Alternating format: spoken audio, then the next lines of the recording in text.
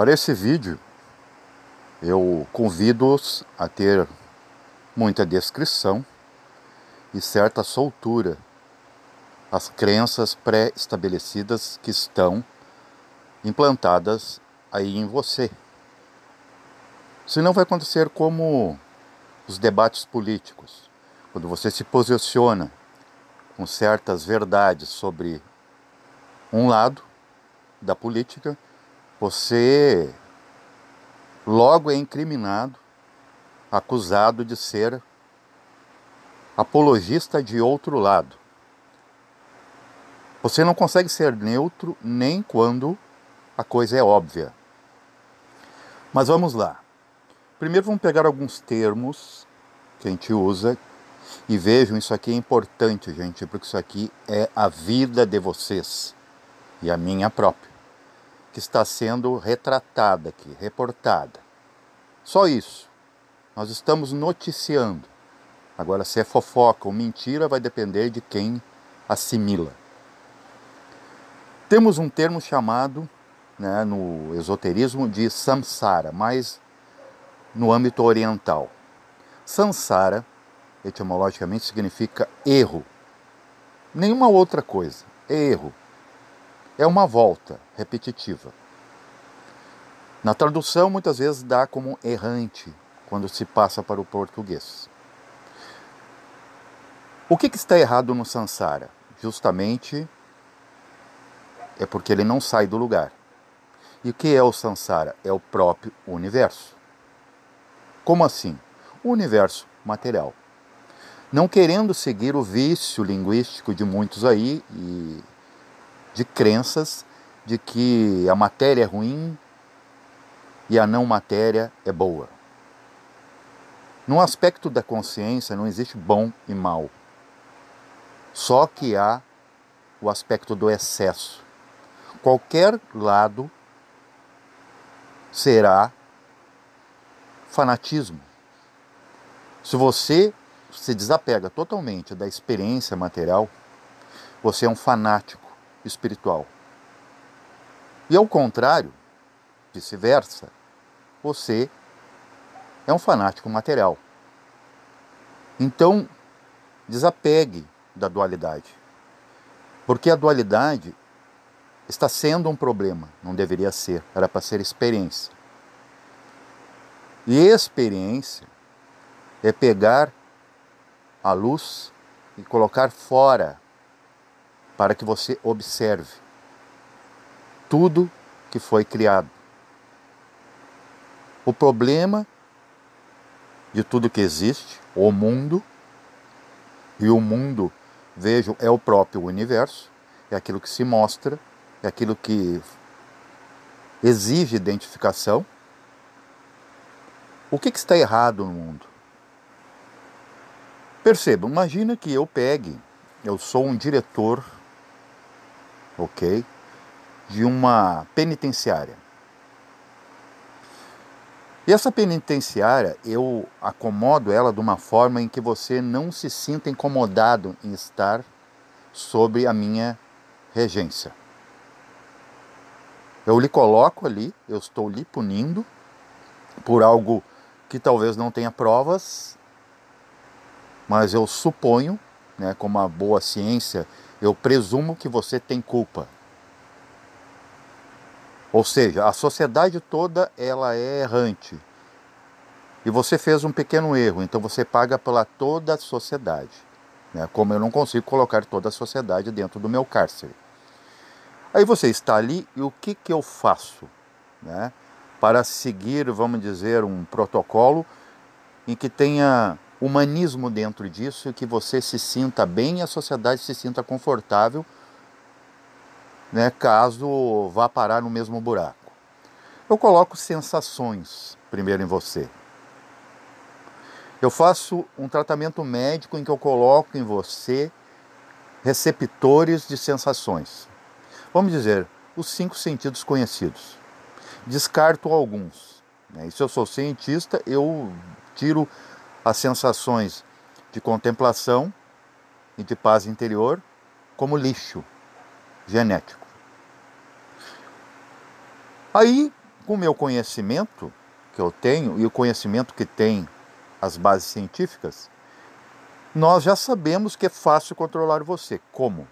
Porque quando a gente pega fósseis do homem primitivo, aqueles desvios que não são os nossos ancestrais, e sim os nossos desvios, e nós vamos chegar no desvio, inclusive angélico, as mesmas proteínas que estão lá nos fósseis estão em nós hoje. Então isso quer dizer que a única coisa que evoluiu foi a tecnologia, a parte externa do homem, aquilo que o homem faz em seu entorno. Mas o homem não mais evoluiu. E sequer vai evoluir. Porque a carne parou na carne. Então somos os mesmos seres primitivos suscetíveis a controle. Isso é muito fácil de exercer na prática. Então colocamos você nesse cárcere e esse cárcere vai se chamar mundo. Veja que mundo se confunde com samsara. Os próprios planetas, etimologicamente, é chamado de errantes. Eles estão por aí. Os cometas, os meteoros, os meteoritos, com exceção dos sóis, que é a única coisa que furou a ilusão, que está aqui, dando sinal. Por isso que a maioria das civilizações, inclusive na Terra, e outros planetas, como Marte, que já teve civilização, a própria Lua, os seres mais avançados, eles faziam construções visando o movimento do Sol e não das luas, porque as luas não projetam luz verdadeira. Por isso que somos chamados de humanidade lunar. E ainda somos muito regidos pela lua e não pelo sol. O sol nos incomoda, nós vamos para a sombra. Agora a lua encanta. Outro encantamento que está dentro do projeto desse encarceramento. Aí dentro dessa cela, né, muito bem organizada, né, há que ter astúcia para moldá-la, para poder lhe encantar, né, dar ao cliente, segundo a demanda. Eu coloco ali sensações, eu coloco datas significativas que nada significam. Veja que o próprio sentido de sentidos é símbolo, então é simbólico, é algo que não está ali objetivamente. Dentro dessa questão dos sentidos, eu coloco as datas que representam algum tipo de manipulação capitalista. Por exemplo, a Páscoa logo se relaciona ao cacau, que tem abundância num Brasil. O chocolate. Eu coloco datas de aniversário, datas significativas, né, de nascimentos, como existe também datas de morte, né, quando morreu o descobridor de algum lugar, né, dessa ficção que é fronteiras. Esse descobriu aqui, então hoje é a data dele, é feriado. Isso vai ficando muito cômodo, então você continua errante, mas confortável. Aí chega uma data, as pessoas se sentem incomodadas se não presentear ou ser presenteadas. Já começa por aí, né? Toda a possibilidade de você enxergar o que há além dessas sensações. E se você for avaliar ainda o que acontece nesse íntimo entre a polaridade homem e mulher, o quanto homens encantam mulheres e mulheres muito mais encantam homens, você vai entender onde eu quero chegar. Porque você sabe aonde isso termina. Então, dando-lhe datas, né, específicas, né, comemorativas, a pessoa vai lá, eu vi esse feriado atual, que ainda não passou, pessoas com doenças como, por exemplo, hiperglicemia, que é a diabetes, comendo, né, assim, infartando, no sentido de farto, de chocolate, de açúcares.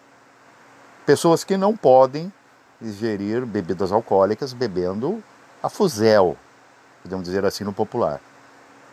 E abusos com carne vermelha, com gordura negativa e tudo mais. E isso tem uma consequência, num sistema que não pode parar dentro dessa rodinha, que também faz parte exclusiva do samsara, que é o atendimento médico, a remuneração da dor, a máfia do sofrimento. Só que acontece o seguinte, depois que tudo caiu fora do plumo, aí alguém começa a desconfiar, vamos dizer que seja você, seja eu, estamos aqui debatendo sobre isso. E perceba que a roda do samsara, o que tem ali? Tem um rosto formoso? Não, tem uma bocarra, um Deus furioso, que é esse que todo mundo jura que é o Deus absoluto. Aí pegamos, para punir como não dá para separar, porque está todo mundo preso dentro da mesma cela, você faz como acontecia na Segunda Guerra Mundial, você enche de gás aquela cela, sacrifica a todos, dane-se. Ou você alaga, e vamos pegar com os alagamentos, tudo que está acontecendo aí dentro do jogo de elementos, que pertence apenas ao universo manifestado. Ou você joga raios, dá umas eletrocutadas nos sujeitos, nos revoltos e aqueles que estão junto, participando. Perdão. O que você faz como analogia a isso? A natureza. Essa natureza mecânica, em que se você protesta contra tudo que está acontecendo, cairão raios, trovões, alagamentos, terremotos, vulcões, terremotos, tsunamis. Quando alguém mais consciente, tipo do reino humano, não aperta um botão lá e acaba com tudo. E a palavra nirvana significa extinção, mas não no sentido de destruição, e simplesmente não ter mais nenhuma identificação, nenhum casamento perpétuo com o que se está experienciando. E lá no livro de Enoque se diz o seguinte, que os anjos, que já é um erro a palavra anjo, que é um desvio, um erro de interpretação da palavra aeon, ficou como anjo no latim. Seria como você visitar agora o Nordeste, uma pessoa nativa de lá, Nordeste do Brasil, quando ela vai falar a palavra homem, ela fala o homem. Palavras mordidas, palavras comidas, que em síntese não representam o sentido da própria palavra. Aí ficou como anjo. Mas como assim anjo? Se nós temos a noção de que um anjo ele não pode ter gênero, como ele pode ter um órgão reprodutor e cruzar com as mulheres humanas, como diz no livro de Enoque? Claro que isso foi um dos motivos que extraíram da Bíblia oficial. Mas se esqueceram de tirar uma parte crucial, que é o Eclesiastes 12:6, em que fala do cordão de prata, que liga-nos com a fonte. E ali está bem específico. Na atrapalhação ali, clerical, em toda aquela reformulação arbitrária da Bíblia, tirar uma coisa e não tirar outra. Mas, no próprio livro de Enoque, o Enoque ele questiona o fato dos anjos. Como assim anjos ensinam a fazer armas? E percebam, quem teve contato com o pleroma, onde estão os anjos puros, que são aeons e não robozinhos de um não Deus, não se vê espadas. Por que que na nossa cultura local, de universo material, os anjos deveriam ter espadas? Para punir quem? E por que do conceito de pecado, de inferno? Aonde isso se localiza, se não em algo limitado? Então vocês percebem, vocês conseguem pelo menos ter dúvida agora, em vez de ter revolta de que estão mexendo em suas crenças? E quem é que lhe colocou suas crenças? Você nasceu com elas? Ou lhe colocaram? O próprio fato de ver pai e mãe com submissão, a família, a minha família presta, a do outro a gente detesta, né? Essa guerra de famílias, isso aí é uma coisa do absoluto. Percebam, gente. Sabe, tem coisas que chegam a dar um vazio existencial na gente, sabe, um pânico. Porque a gente não compreende que o problema não é as sensações, não é o fato de estarmos aqui. É uma experiência possível, porque o homem, ele é o suprassumo, ele tem no seu coração aquele que furou todas as regras da densidade, que foi um acidente da própria criação. Mas o homem, ele não consegue entender que ele deve experienciar, mas não ser aquilo que ele experiencia. Experiencie o mundo, não seja o mundo. Porque o que há no seu coração é aquilo que cria o mundo. Como a partícula que está em você foi o que criou seu coração para hoje bater e você ter a possibilidade de um dia entender o que é ser. E agora? Que lado você vai ficar? Paz reverencial a todos.